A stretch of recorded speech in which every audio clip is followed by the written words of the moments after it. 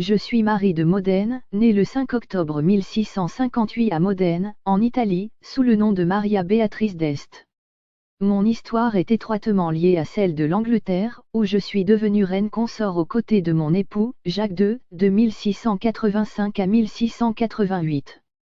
Mon règne fut court, mais marqué par des événements qui changèrent à jamais le destin de la monarchie britannique.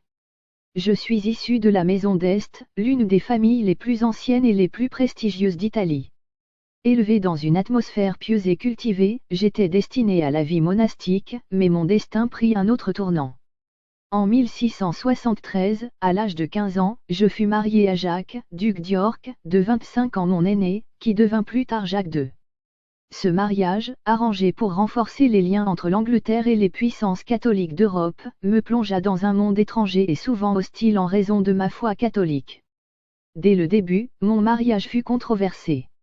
L'Angleterre était alors un pays majoritairement protestant, et l'idée d'une reine catholique provoquait de vives inquiétudes. Malgré cela, je m'efforçai de remplir mon rôle avec dignité, même si la cour était souvent divisée à cause de notre religion. Je me consacrai à mes devoirs de reine et à ma famille, bien que les premières années de mon mariage furent assombries par de nombreuses fausses couches et la perte d'enfants en bas âge. Ce fut une période de grande tristesse pour moi. En 1685, lorsque Jacques monta sur le trône à la mort de son frère, Charles II, je devins reine consort d'Angleterre, d'Écosse et d'Irlande. Mon rôle à la cour devint plus visible, mais aussi plus complexe. Jacques, déterminé à restaurer les droits des catholiques, déclencha une série de mesures impopulaires qui ne firent que exacerber les tensions religieuses dans le royaume.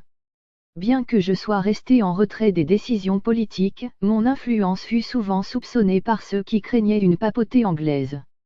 Le moment décisif de mon règne survint en juin 1688, lorsque je donnai naissance à un fils, Jacques-François-Édouard Stuart. Cet événement, qui aurait dû être une bénédiction, devint une source de panique pour les protestants anglais. La naissance de ce fils, qui était catholique et héritier direct du trône, accrut les craintes d'une dynastie catholique durable en Angleterre. Beaucoup commencèrent à murmurer que l'enfant n'était pas véritablement le nôtre, mais avait été introduit dans la chambre royale pour assurer une succession catholique. Ces soupçons et les tensions religieuses aboutirent à la glorieuse Révolution de 1688.